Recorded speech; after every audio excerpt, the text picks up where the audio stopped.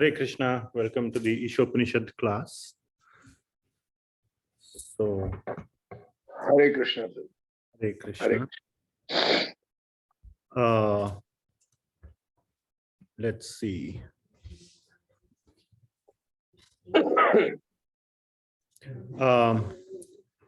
Jai Nitai Prabhu, are you online?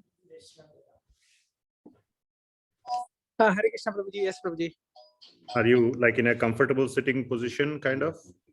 Yes Prabhuji, yes Prabhuji. Can you recite the Mangalacharan? Sure Prabhuji, okay. Is it okay or? Yes Prabhuji, yes. 1 second Prabhuji, 1 second, let me.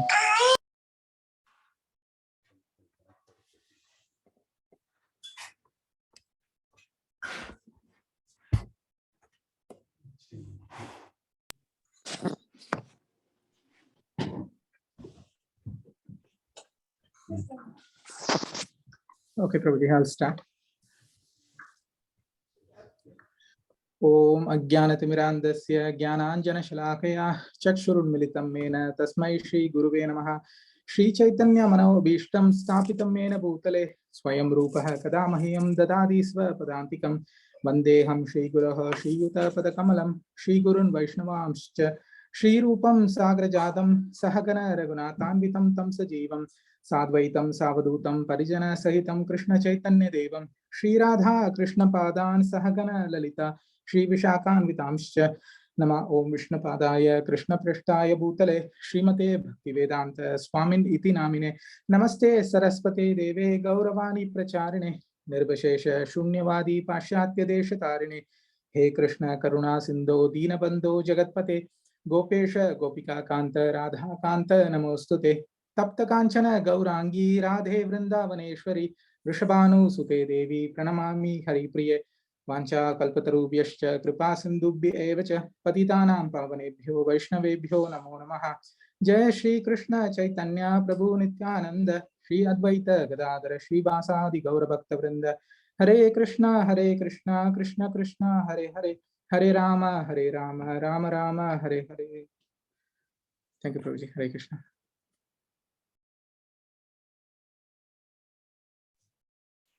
Hare Krishna. Thank you, Jai Nitai Prabhu, very much. I was just setting up some things in the meantime, so thanks so much. Are you able to see the sharing? Yes, Prabhuji. Yes, Prabhuji. Okay. So let us recite the invocation verses for Śrī Īśopaniṣad. And we can all recite it together. If you want, you can come this side or so that you can see the screen. Om Purnamadaha Om Purnamadaha Purnamidam Purnat Purnamudachyate Purnamudachyate Purnasya Purnameva Vashishyate. The personality of Godhead is perfect and complete. The personality of Godhead is perfect and complete. And because he is completely perfect, all emanations from him, such as this phenomenal world, all emanations from him, such as this phenomenal world, are perfectly equipped as complete wholes.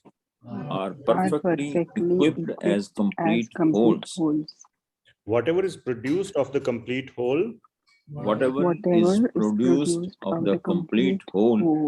is also complete in itself. Because he is the complete whole, even though so many complete units emanate from him, he remains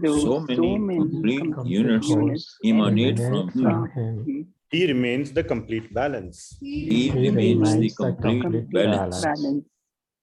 Next verse. Ishavasyam idam sarvam Yat kincha jagatyam jagat Yat kincha jagatyam jagat tena tyaktena bhunjitha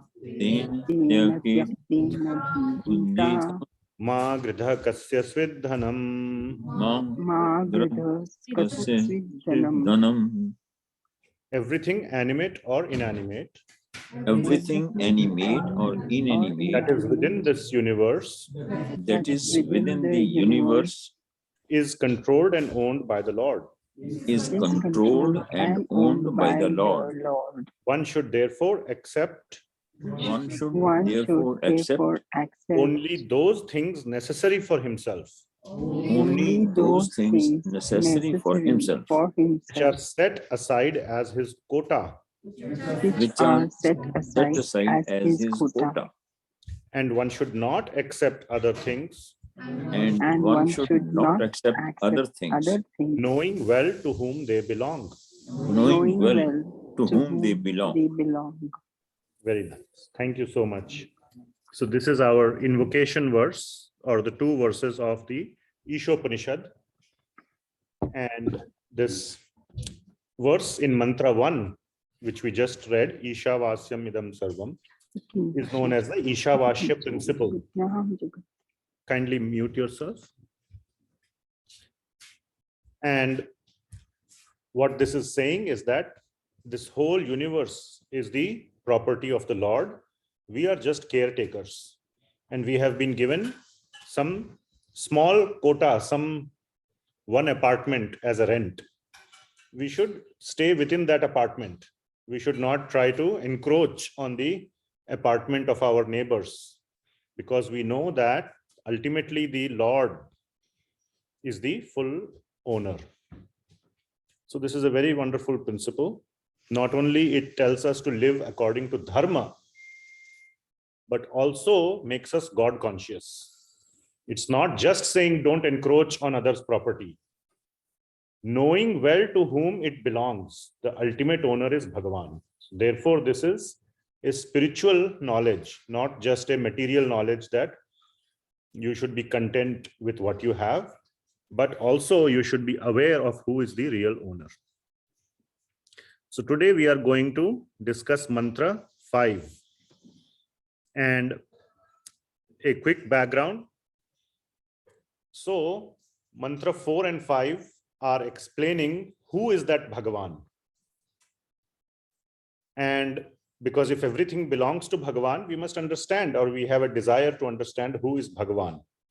So in these two mantras, Bhagavan is being described as the Supreme Lord who is inconceivable. So the inconceivability aspect of the Lord is being described here, that we may have a desire to find out or to understand who is Bhagavan, but we can never fully find out who he is. So let us see what is there in mantra 5. So I will share my screen again.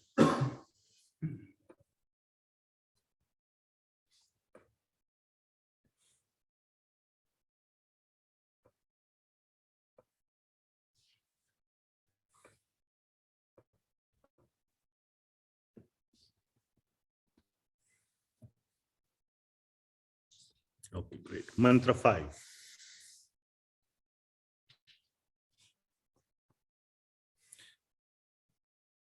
Tad ejati tannai tad dure tadva antike tad antarasya sarvasya tad usarvasyasya bahyataha.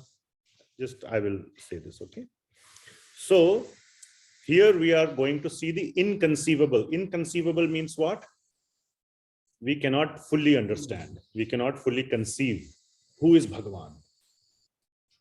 So here we see tad ejati tan naijati.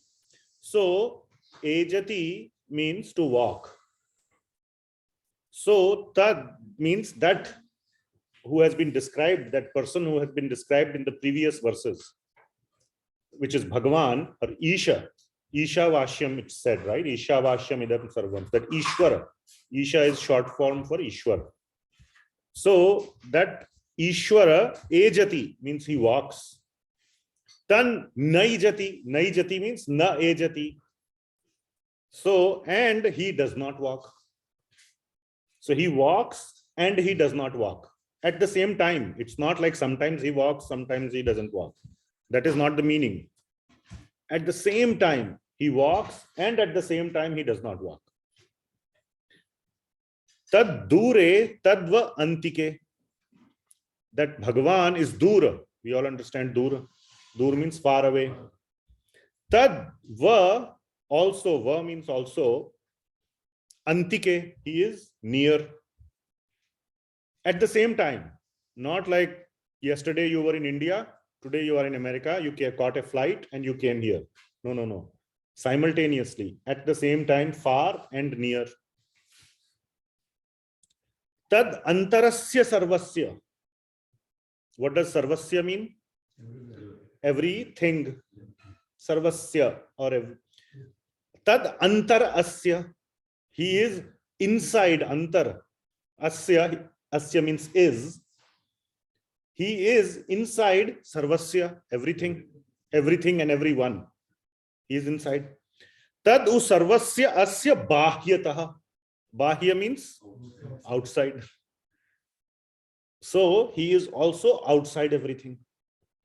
So the translation given by Srila Prabhupada is, the Supreme Lord walks and does not walk. Ejati, nejati. He is far away, but he is very near as well. Dura and antike. Far and near. He is within everything, antara, and yet he is outside of everything, bahya. At the same time. I added at the same time, but that is the understanding. We all can be these things, but not at the same time. In fact, anything that is material, think of anything. Anything. Even an atom cannot satisfy all these properties at the same time.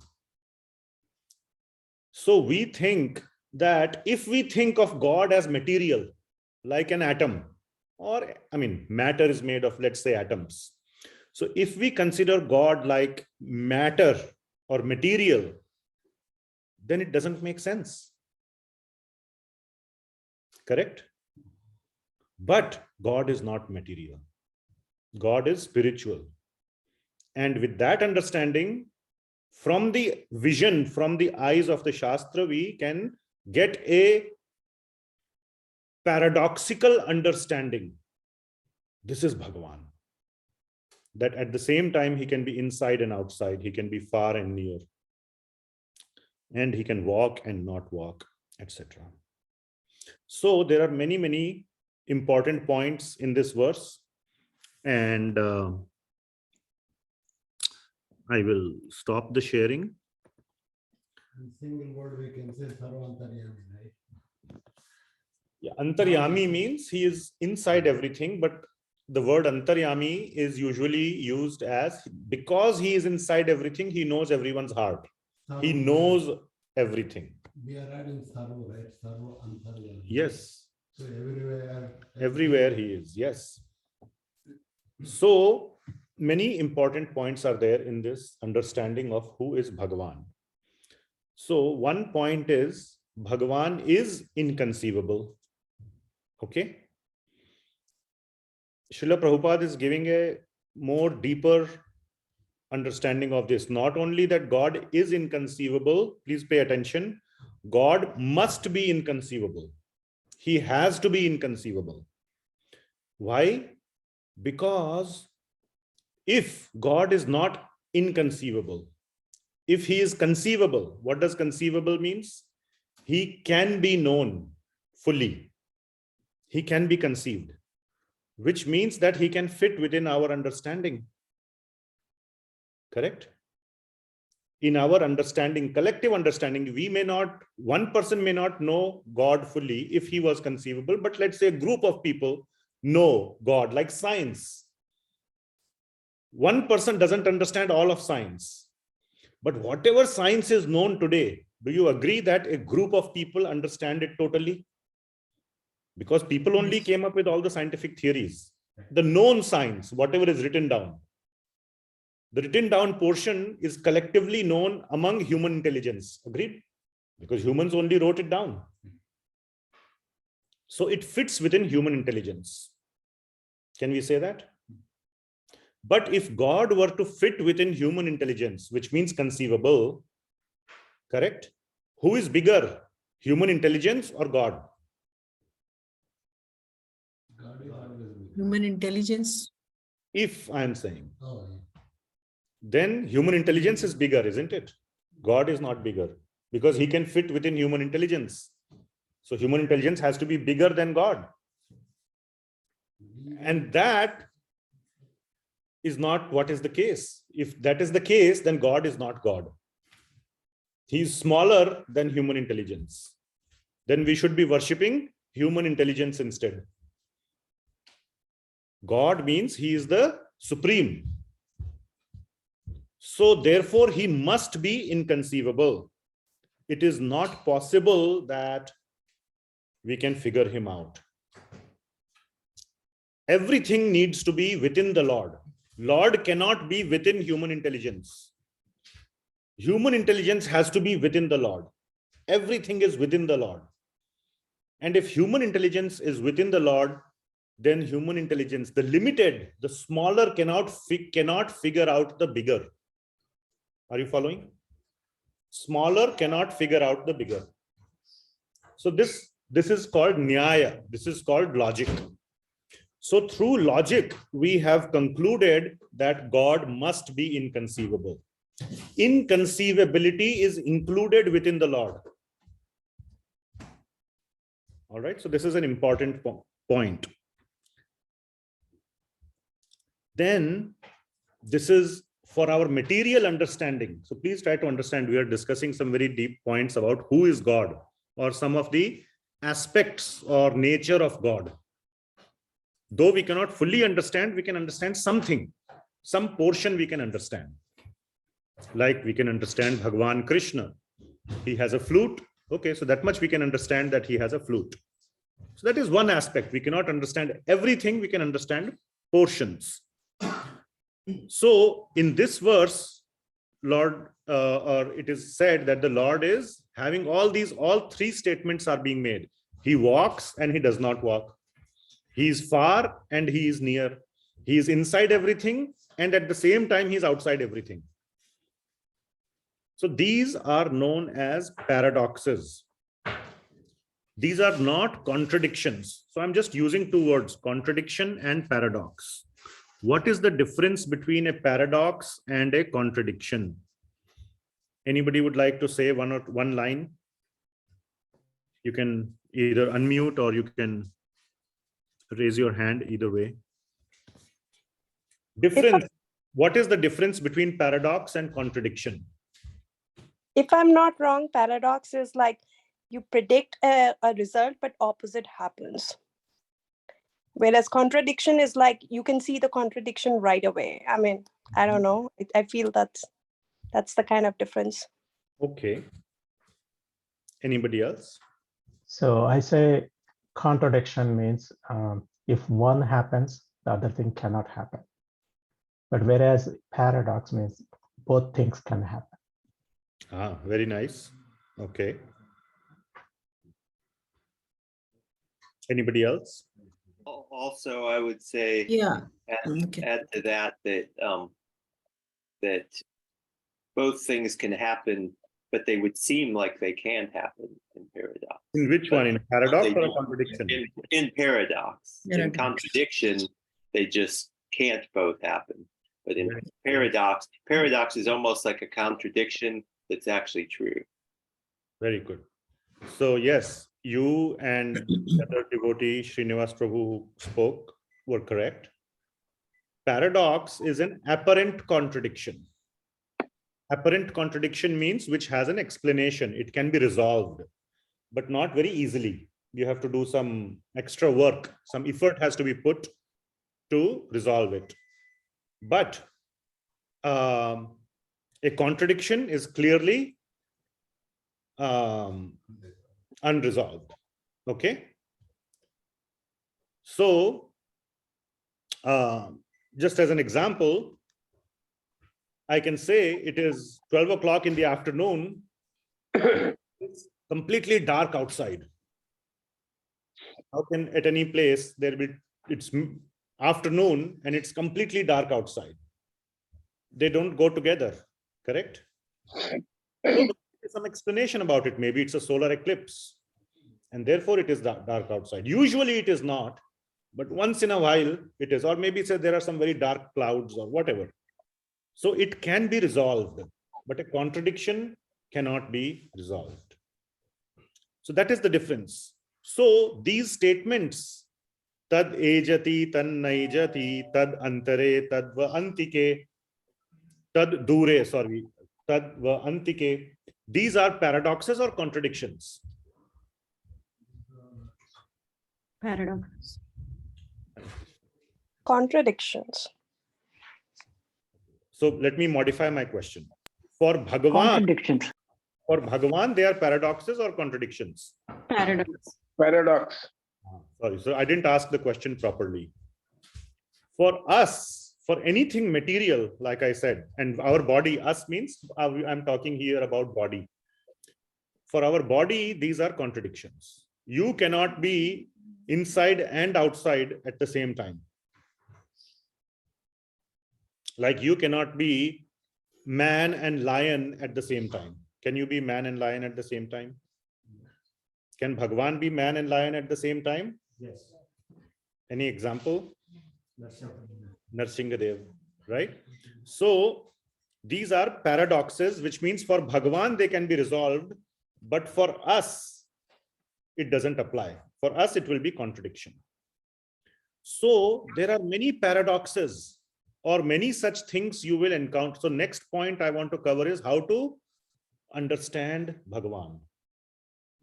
Because in Shastra, we will see many contradiction, many apparent contradiction, paradox, and our mind gets confused. Oh my God, all this doesn't make sense.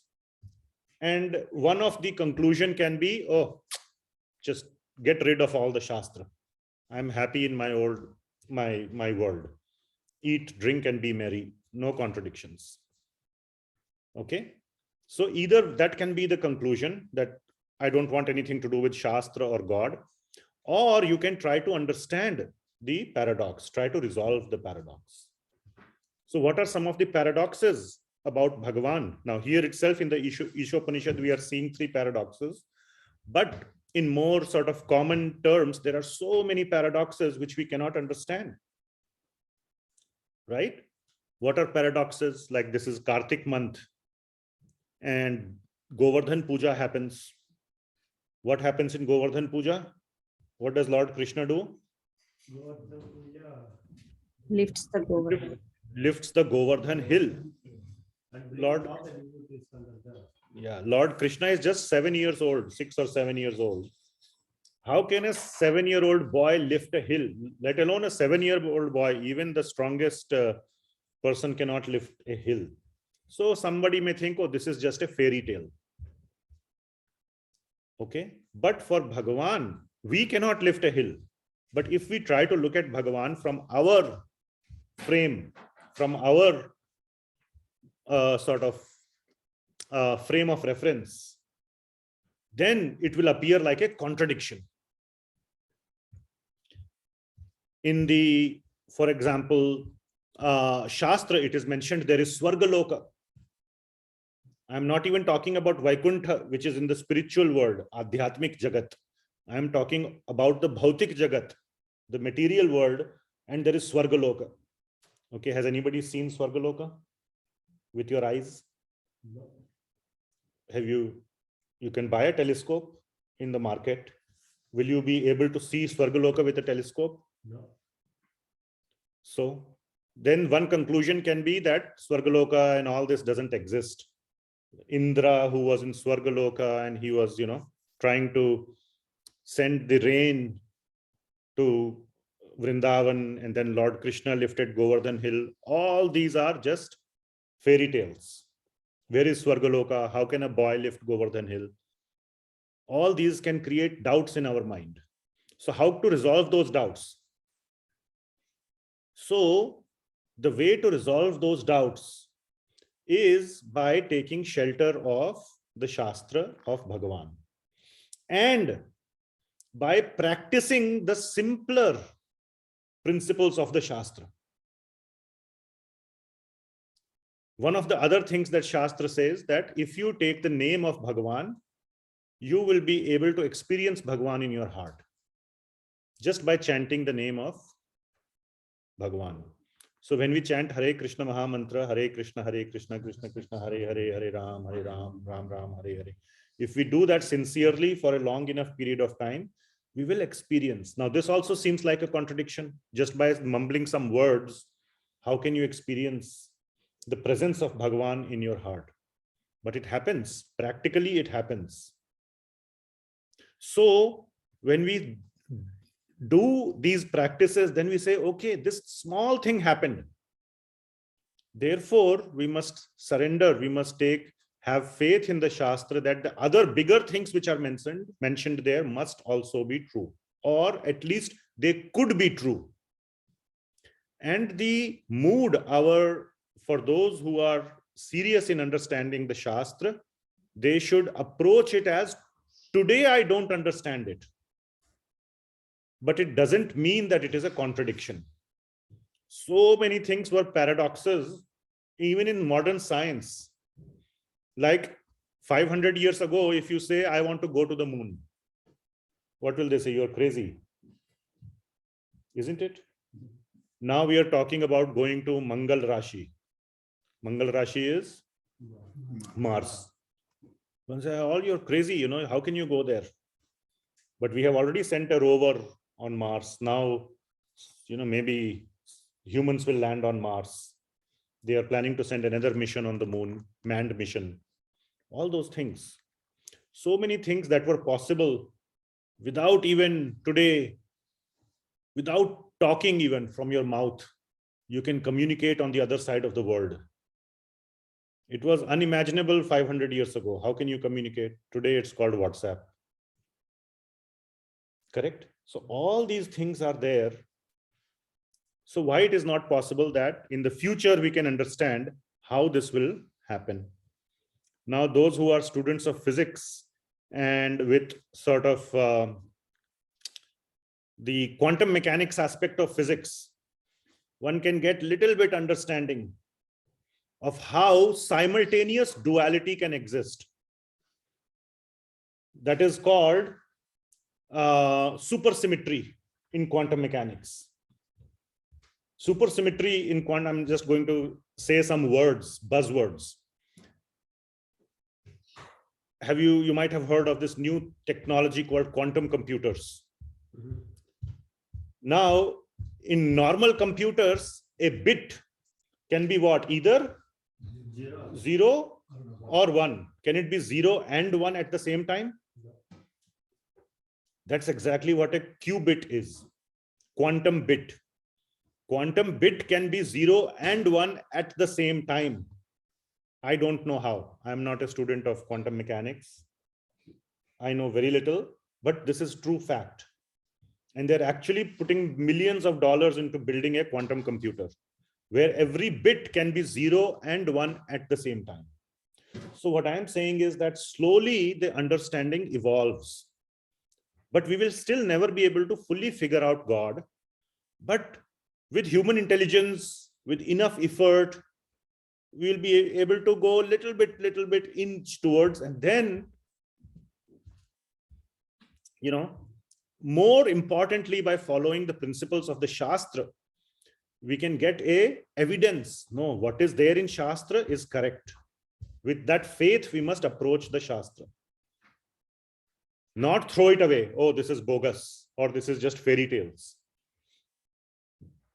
Today, I don't understand it. Tomorrow, maybe with enough practice of the Shastra, of practicing the principles in the Shastra, I will be able to understand. And slowly the understanding will evolve. Okay, so we talked about paradox and contradiction. So everything that is there in the shastra, which we cannot understand, is always in the category of paradox, not contradiction. So then let us talk about some of the specific aspects of this verse, which is that what is the first one? That he walks and he doesn't walk. Then he is far. So let us talk about he being far and near. Tad dure tadva antike. So the way to understand this through the eyes of the shastra is, as we have discussed, Bhagavan as a person is present in his spiritual abode, in his spiritual residence. What is that called? Adhyatmik Jagat, Vaikuntha. In Bhagavad Gita 15.6, Lord Krishna tells Arjuna, Na tad bhasayate suryo, na shashanko na pavakaha, yad gatva na nivartante tad dhamam paramam mama. That place which is very far away, it's called Vaikuntha. It doesn't need the sun or the moon to get its energy. After going there, nobody comes back. Yad gatva na nivartante. Tad dhamam paramam mama. That dham is my dham. So that dham is very far away. Yad gatva na nivartante. In the material world, we yad gatva nivartante. We die and then we take another life. We die, we go through the cycle of birth and death. In the material world, yad gatva na nivartante, that is Vaikuntha. But that is very far. So as Bhagavan and his personal abode, he is very far. But as Paramatma, he is very near. So there is the Paramatma aspect of Bhagavan, the Paramatma expansion of Bhagavan. And that way, he is very near. The same chapter, 15th chapter of Bhagavad Gita, just few verses later, 9 verses, 10 verses later, 15.15. Lord Krishna then tells, Sarvasya chaham hridi sannivishto. I am seated in everyone's hridaya. Is hridaya near you, your hridaya? Or is it very far? It's very near you. It's inside you, in fact. It's not over there. It's right inside you. And where is Bhagavan? He's saying, Sarvasya cha aham hridi sannivishto. So I'm sitting inside the heart as the Paramatma. So Bhagavan as a full person is far away, but as Paramatma, he is very near. And sometimes Bhagavan comes from his far away abode very near as well, as Bhagavan, as his various appearances of Bhagavan, as Krishna, as Rama. He comes directly here. Those devotees who are fortunate can see Krishna, can see Ram. Now, not everybody can see. They may be able to see. This takes us to the next point. That not everybody who sees even, so we cannot see. Some people say, oh, I don't believe in God. If God were to come in front of me, I would believe. Why is he not coming in front of me? So I don't want to believe. That is a bogus argument. By mistake. Huh? Mistake and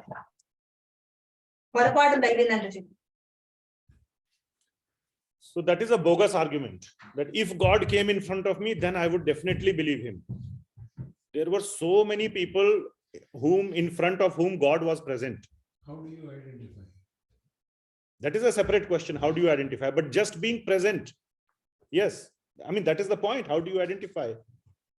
By bhakti, you can identify. But, so that is our problem. We don't have bhakti. It's not because God is not present in front. If you have bhakti, even if God is not present, then also you can, believe in him.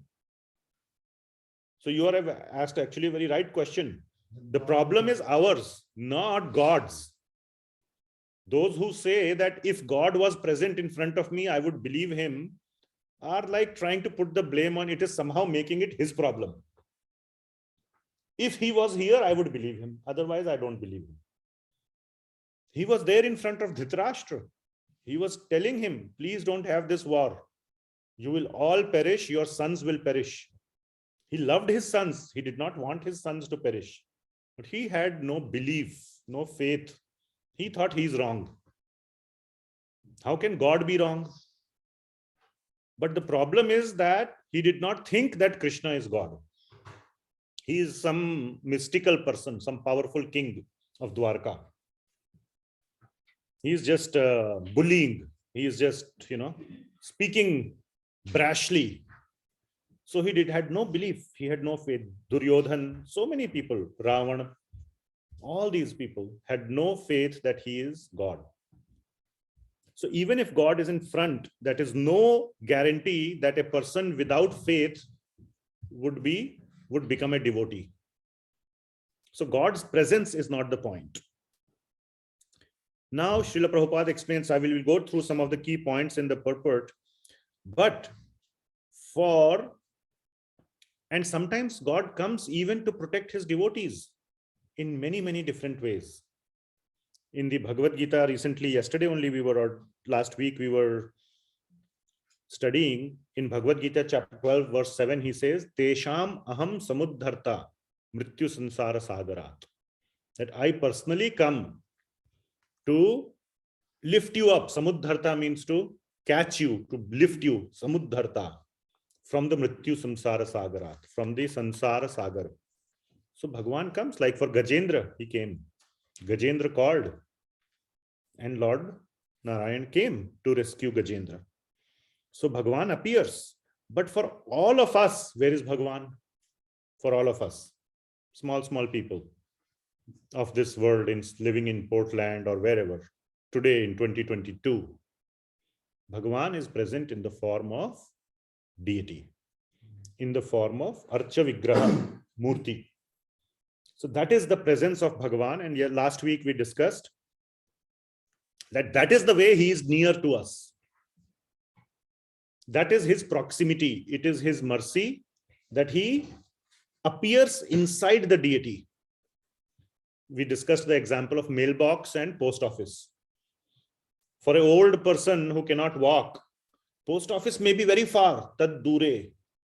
But by the mercy of the post office, they put a post box in every corner of the city. Correct? So you don't have to go all the way dure, far away to the post office to post your letter. The post office is coming near you in the form of a mailbox. So that it serves the same function.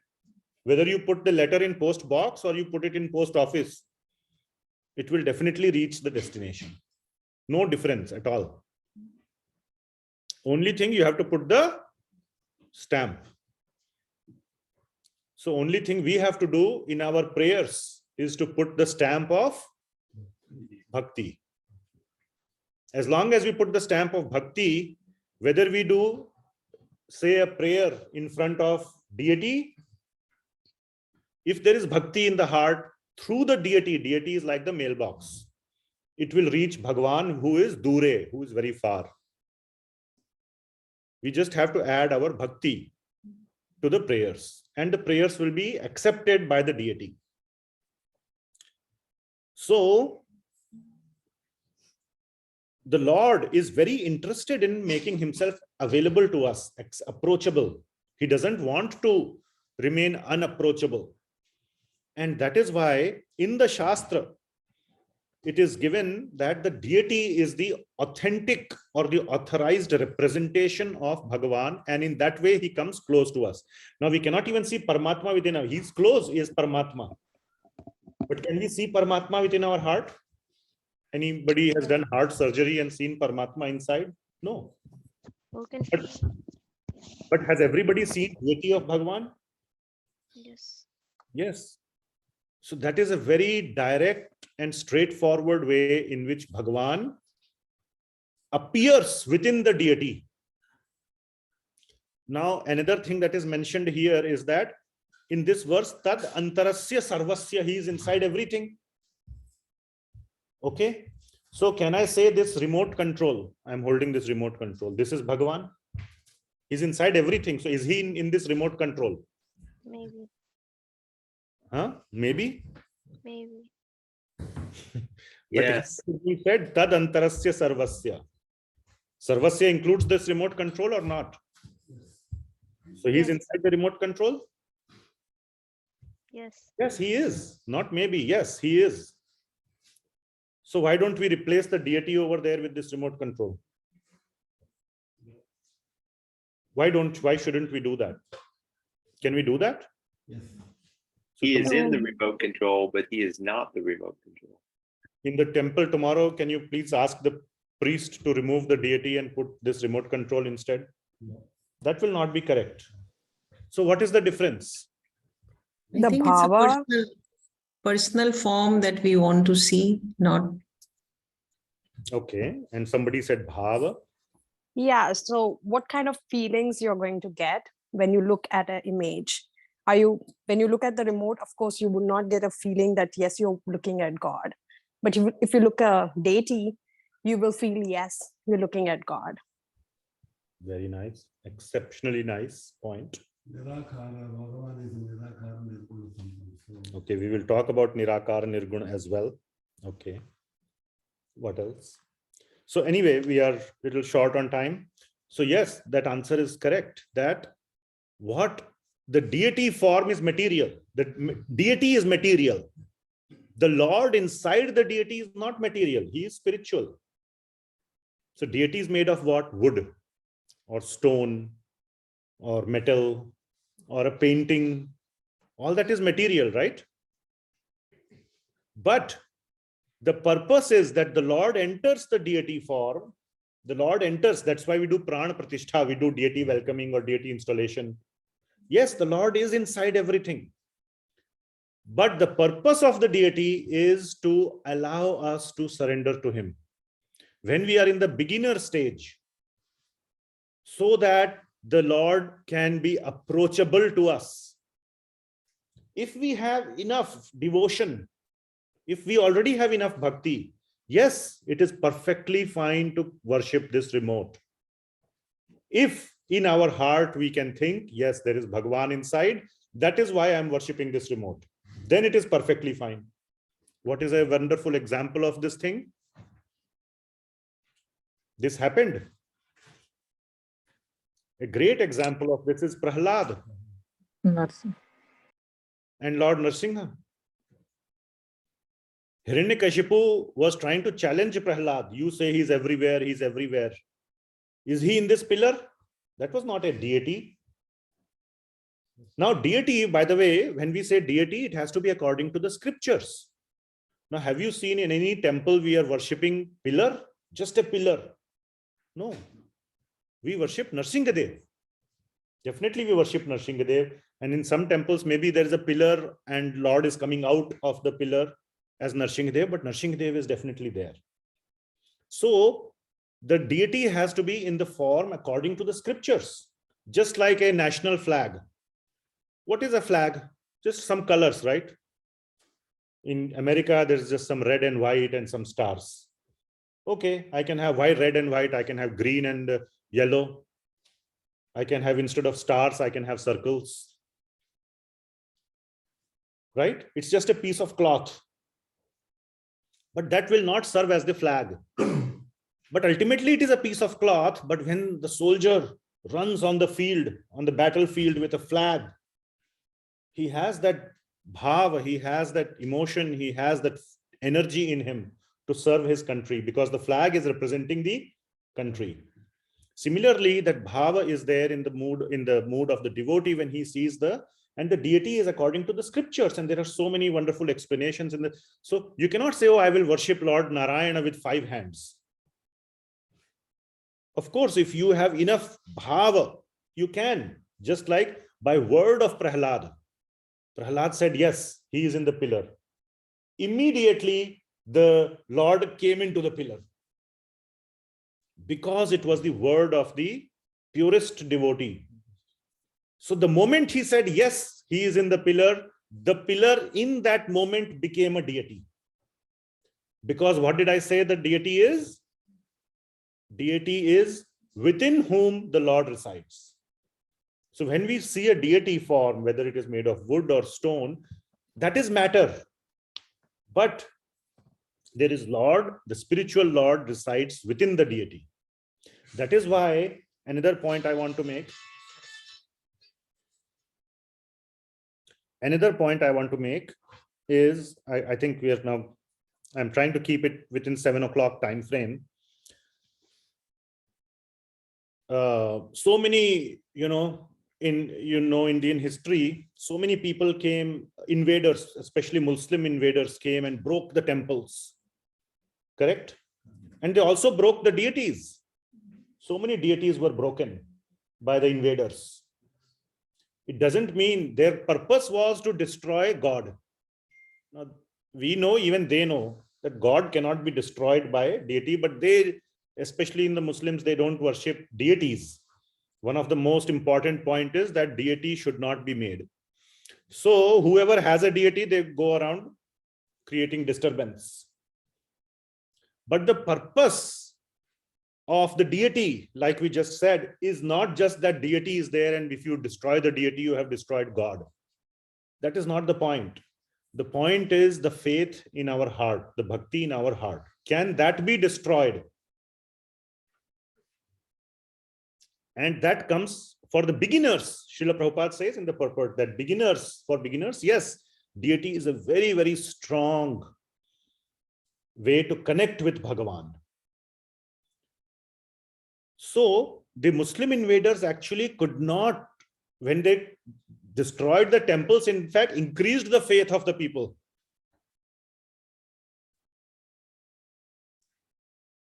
And then people say that, the Britishers came and then they destroyed. That is actually, I have my own theory about that. If you listen to some of these people like Shashi Tharoor and all that, they will say Britishers did this, Britishers. It's not, my theory is not the Britishers. See, when the Britishers came, they had a colonial intention. They did not have a religious agenda as against the Muslims. They had a religious agenda. So yes, they did convert people to Muslim religion, Islam. Britishers did not have it that much. They were not going around converting at that same scale people to Christianity. That was happening, but that was not the main purpose. The main purpose was colonialism and economy, to rip the country out of all its wealth. The problem is industrialization. If you think about it, the Britishers, when they invaded, the time frame matches the industrialization of the world and the advancement of modern science. If you see Newton, he lived in the 1700s. That was around the time when the Mughal Empire was declining and the East India Company and everything was rising. The first revolt happened in 1757. Then the next one happened in 100 years later, 1857. Something, 1857, Rani Lakshmi Bai and all that. Who is that big king of Mysore? Tipu Sultan and others. So, and then previously Shivaji and all that. So, it is the modern scientific advancement. When the Muslims came and they wanted to erase God, the only alternative that they could give was another God, Allah. Okay, not Narayan, but Allah. That did not fit very well. Both are same. Okay, you have to put faith. But later on, what happened was, okay, you remove God and you put an alternate called science. Now, when you become sick, you don't have to pray to God, please cure me or please cure my son. You have to go to the doctor and pray to him, please give the medicine. He will give the medicine and you will become fine. Oh, now you suddenly don't need God. So science gave a viable alternative to God. In some extent, of course, science is not giving all the alternatives. Still people are dying of disease, and definitely they are dying. And science will never be able to make people immortal. So the point is, that is the reason why there is decline in the faith. It is because of the advancement of, and that would have anyway been happened, whether Britishers came or not. So it is not the Britishers. That is just one point I wanted to make. Therefore, it is very important. And science is always increasing. Any day in the future, you can say, today is the day when we know the most science, correct? 10 years later, you will still be able to say, today is the day when we know most science, correct? Because science is always increasing, right? And the more science increases, and science is not bad, but it should not become a reason to reject God, because the science will always have its limits. So yes, we accept science, but that should not be a reason that, oh, science will, today it may not have all the answers. In future, it will completely replace God. That will never happen. So we must, and for all the parents, everybody, we are teaching, every parent is teaching science to the child, correct? Modern today's world, you're all sending to school. Even if you're homeschooling, you're teaching science, math, all those things. We must also teach our Sanatana Dharma about God, because then we complete the picture. Otherwise, it is a partial picture. And the mistake is that we assume that this partial picture is the complete picture. Or it may not be complete right now, very soon it will become complete. So for the sake of our children, for the sake of giving them the full picture, we must always give them the full understanding, which includes the concept of Bhagavan. Okay, so we talked about all these points. The importance of deity. I'm just looking at my notes and seeing if I missed anything.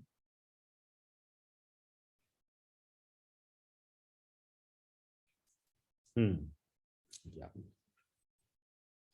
So yes, another last important point.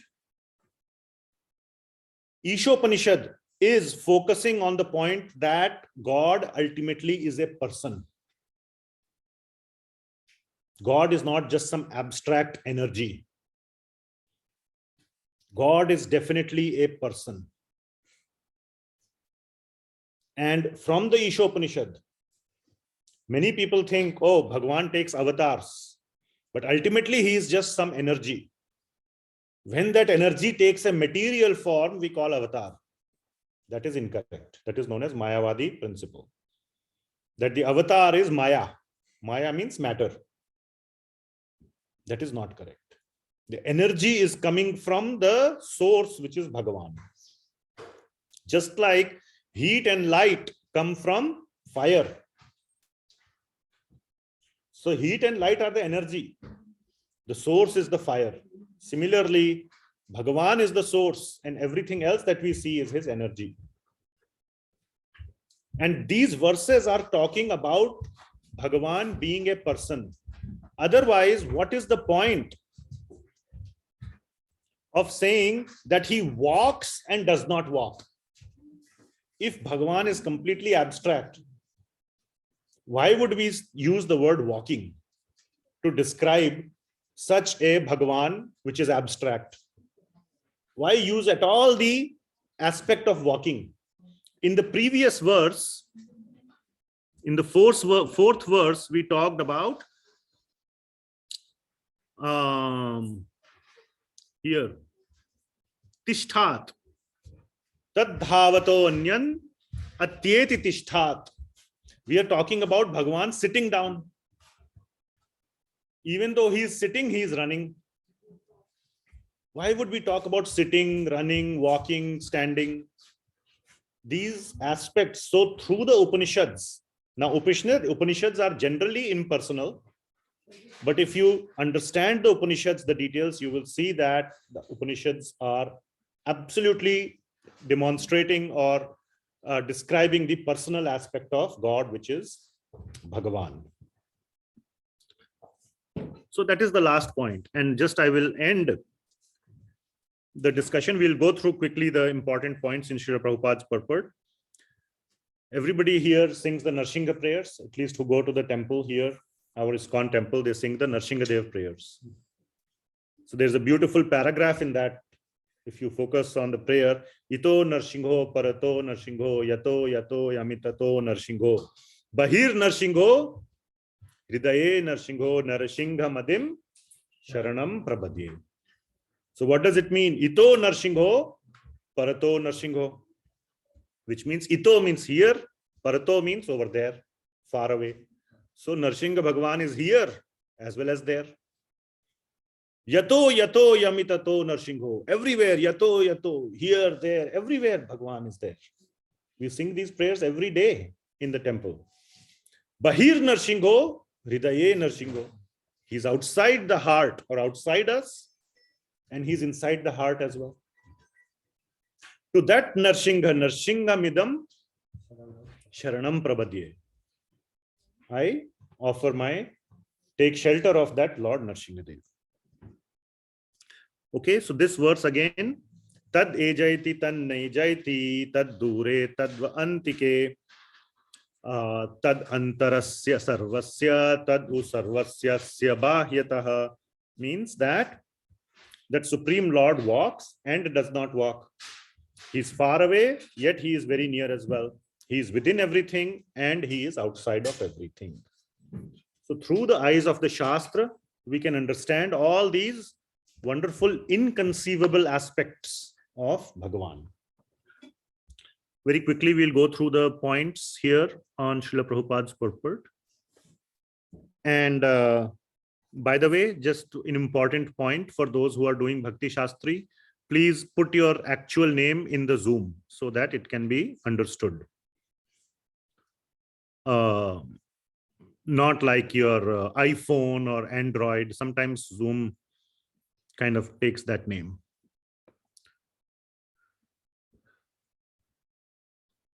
So let me share quickly. Mantra 5, it has 10 paragraphs. So all the points we have discussed, but very quickly, para 1, Srila Prabhupada is describing how to understand the inconceivability of the Lord through the eyes of the Shastra and by the simpler things. By practice of Shastra, we can realize the presence of Bhagavan in our heart. For the rest of the things, how can he lift Govardhan Hill and all that seems inconceivable, impossible. But we must understand, today we cannot understand it, but in future we will. There is a great devotee of the Lord. He is a disciple of Srila Prabhupada by the name of Sadaputa Prabhu. Richard L. Thompson. He is no more, he passed away, but he has written wonderful books on science and religion. One of his books is called Alien Identities. Wonderful book where he has done, some professor has written that is the best research work, actual research work on UFOs. UFOs, you understand? Unidentified flying objects. Now, very recently, by the way, till now, the US government was always saying UFOs don't exist, don't exist, don't exist. Just few years ago, the US government has actually acknowledged the presence of UFOs. The US government has stated they have identified some flying objects which they have no idea what they were. With all the technological power of the government, they are not Chinese missiles or aeroplanes. They are not Russian. They are definitely not American. They are completely unidentified. So by the way, anyway, Sadaputa Prabhu has done a lot of research on UFOs. And he has shown these parallels with, I think the new name that they gave to that book is called Parallels. So if you want to search on Amazon.com, I highly recommend to buy that book and read. How some of these UFOs that have been spotted by people. Now, there are maybe many fraud cases. Okay, you can be high, one night some guy is very high and then he may come and report, I saw a UFO. But actually he was just hallucinating because he was high. Not those, there are real cases as well, where many people saw, not just one. So there is corroboration And they have seen, such heavy things just standing in the air, just levitating, not by some air pressure like a rocket. Some helicopters also levitate in the air. But if you stand below the helicopter, there'll be such a big air rush. So it's because they are gushing out air, they can stay still. All right? There is nothing like that. Very calm and still, the UFO is just levitating. So if a UFO can just levitate, why cannot Krishna lift the hill, levitate? Let the hill levitate. Huh? Why not? Maybe 500 years or maybe 1000 years from now, we will be able to do that. So there's a wonderful research done on that as much as possible. So I highly advise you to go into that. Okay, para 2, Srila Prabhupada is saying God is personal, not impersonal. Para 3, that God's body is fully spiritual. It's not that God is some energy and then when he comes to the material, to the world, he comes as a manushya, which means just like us, our body. If you cut his body, blood will come out. No, that is not the case. His body, he may look like a human. He has 2 legs, 2 hands, 2 eyes, whatever. He smiles, laughs. But his body is completely spiritual. It's not like our body. Our body grows old. Have you seen any description in Shastra where Krishna grows old, has a beard? Definitely he grows up because he wants to have those exchanges of love with his mother, Makhan Chor, and all those nice exchanges. But Bhagavan can appear in any age and any time. Narasimha, was he the baby at any time? No, he didn't even take birth as a baby. He just appeared as fierce Narasimha from the pillar. Pillar is known as the mother of Narasimha. All right.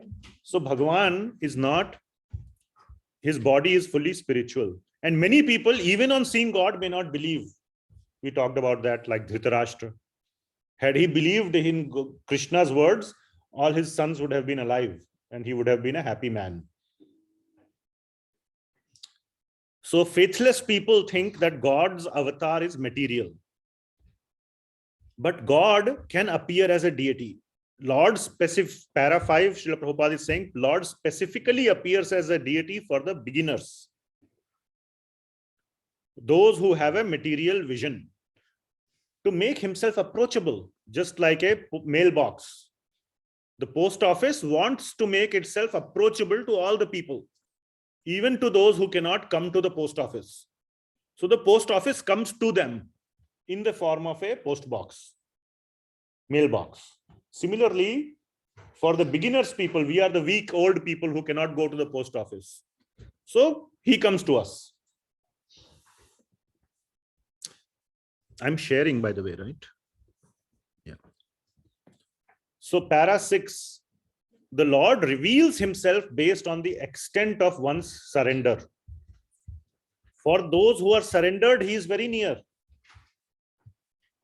Like Prahlada, when he called Bhagavan, he immediately appeared. When Gajendra, he called Bhagavan, he appeared. But for the faithless people, he is very far. Para 7, he talks about saguna and nirguna.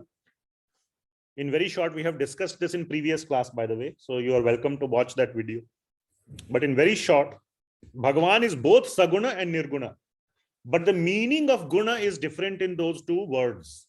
Saguna means he has guna. He has qualities, but they are all spiritual qualities. And he is nirguna, but here the word guna means material qualities, and he is nirguna, no material guna. So he has spiritual guna, but no material guna. In para 8, Srila Prabhupada very nicely describes the appearance of Narasimha, all the topics that we discussed, that because Prahlada,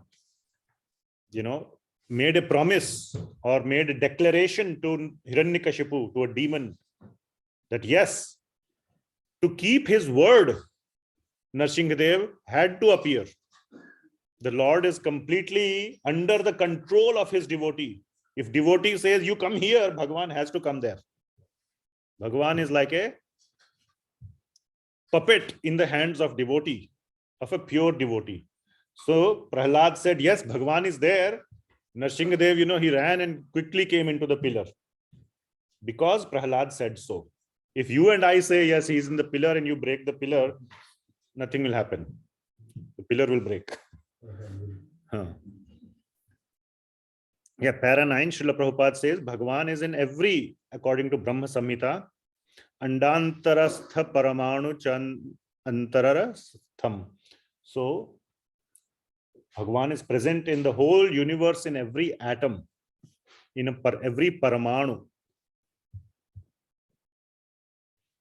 And then everything that we see is an energy of the Lord in the material world.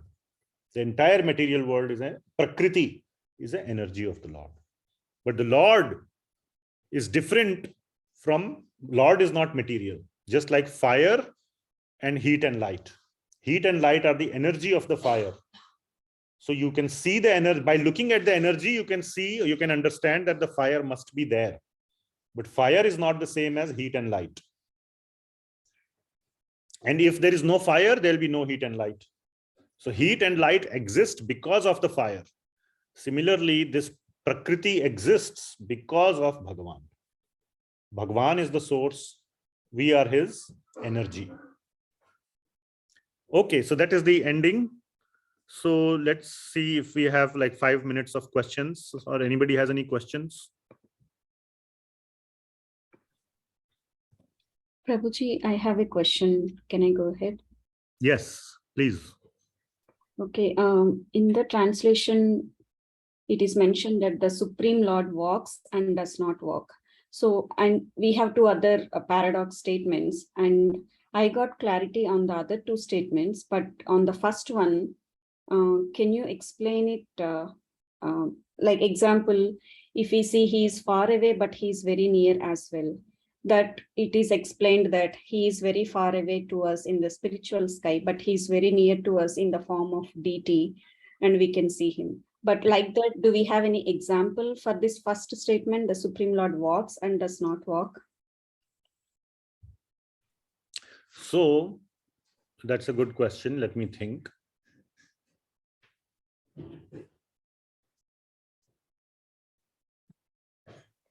Prabhuji, there was one, I'm sorry, I Go hope ahead. I'm not interrupting. No, But go ahead. there was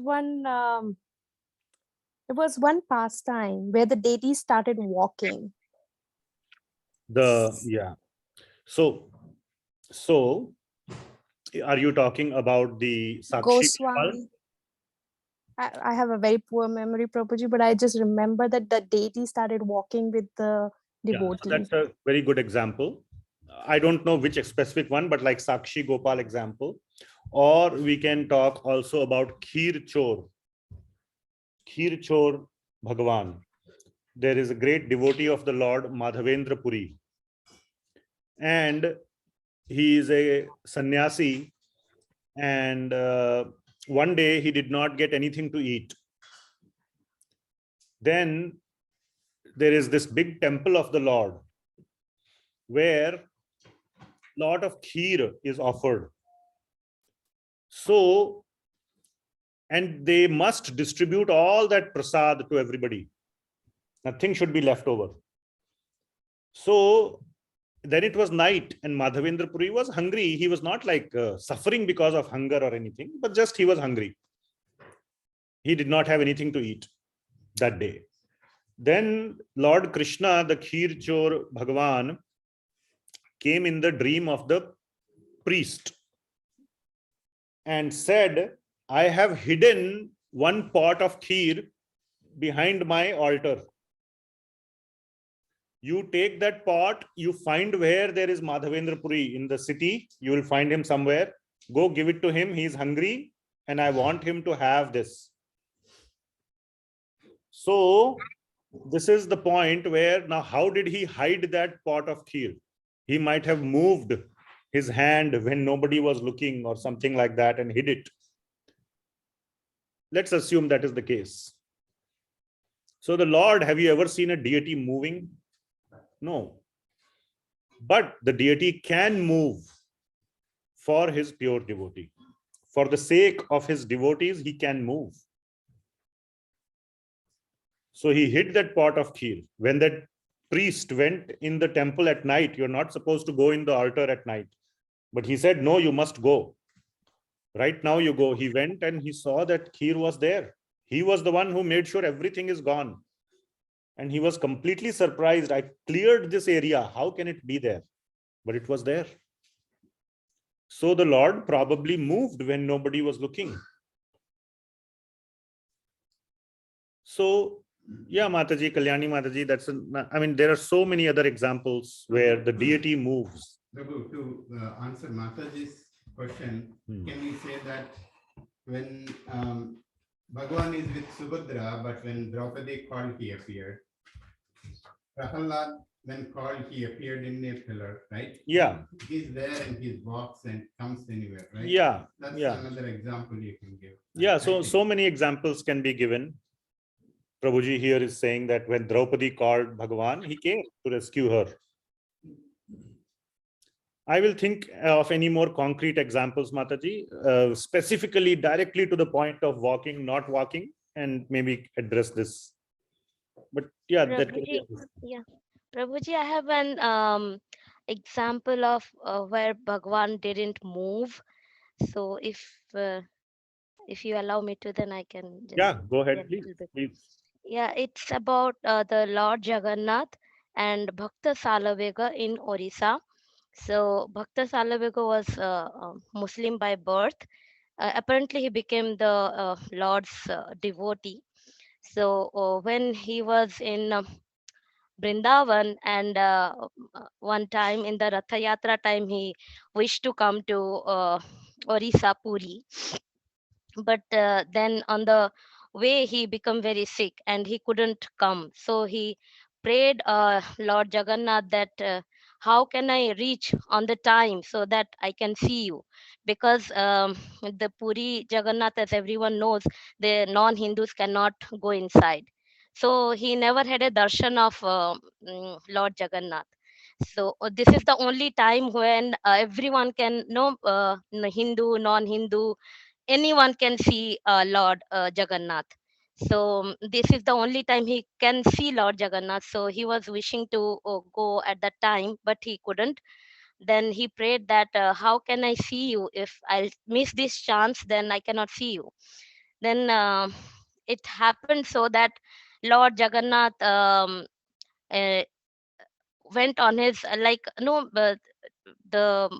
Mahantas, the priests, they took Bhagwan to the chariot, but the chariot didn't move at all. So the Lord waited until Bhakta Salavega came and had darshan of Bhagwan, and then the chariot started moving. So Yes. Thank you, Mataji. There are so many stories of Lord Jagannath. You must have all heard about Jagannath Rath Yatra. And the Rath moves or doesn't move according to the Lord's will. So it's all the desire of the Lord. You can have the same number of people pulling, but if it stops, it wouldn't move.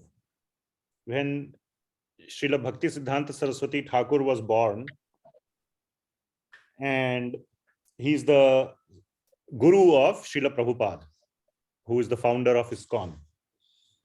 So when he was born to Bhakti Vinod Thakur, the cart, Jagannath cart, he was born in Jagannath Puri, the cart stopped in front of his house.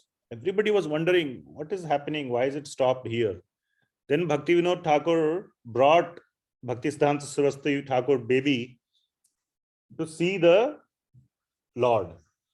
And after he saw the Lord, a garland fell from the Lord's, Lord was wearing so many garlands, one of the garlands fell. When that garland was given to the baby, then the cart moved. So there are so many instances where, yeah, these are all very good points. Okay, anything else? Thank you so much, Prabhuji. Even in Bihari temple, Vrindavan, I don't remember who was the devotee. They are not allowed to see the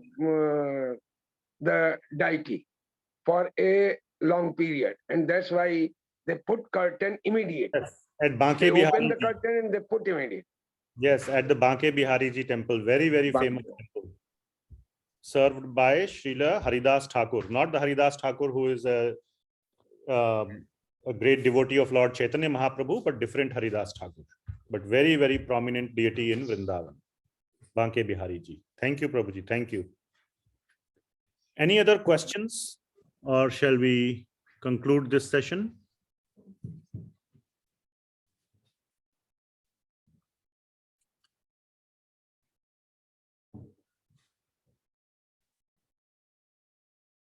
Yeah, somebody is commenting on the chat that Bhagavatam, the Bhagavad Quran, is Bhagavan, is a hard concept to get.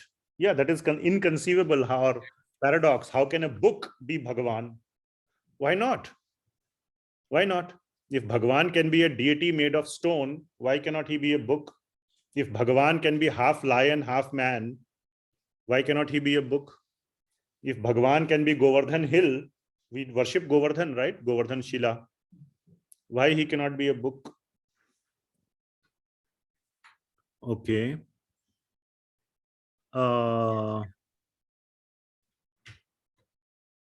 Yeah, all other are just comments. Okay, so if no other questions, then we can end this session here. All right. Okay, so we will close the session. Thank you very much. Srila Prabhupada. Hare Krishna. Thank you, Prabhuji. Hare Krishna. Hare Krishna. Thank you, Thank you, Prabhuji. Hare Krishna. Prabhuji. Krishna Prabhuji. Thank you, Prabhuji. Hare Krishna.